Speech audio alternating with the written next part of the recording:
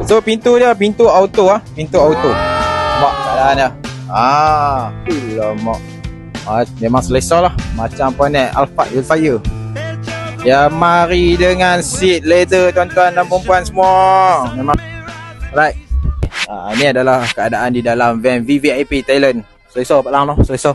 Ya. Berapa orang ni van ni? Van ni pun 10 orang. Nah.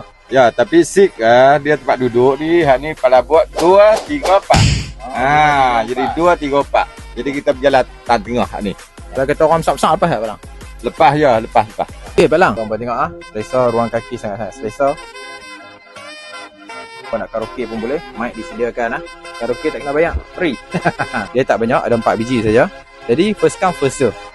Kalau kata berminat untuk merasai keselesaan, kemewahan untuk perjalanan bercuti anda bersama dengan Abang Travel, nak merasai keadaan van VVIP Thailand ni, kena maklum awal.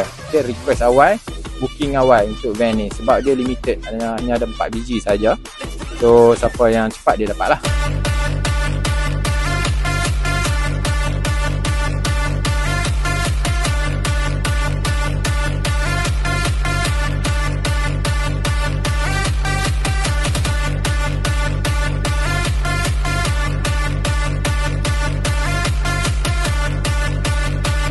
Empat biji saja ada dengan Abang Travel.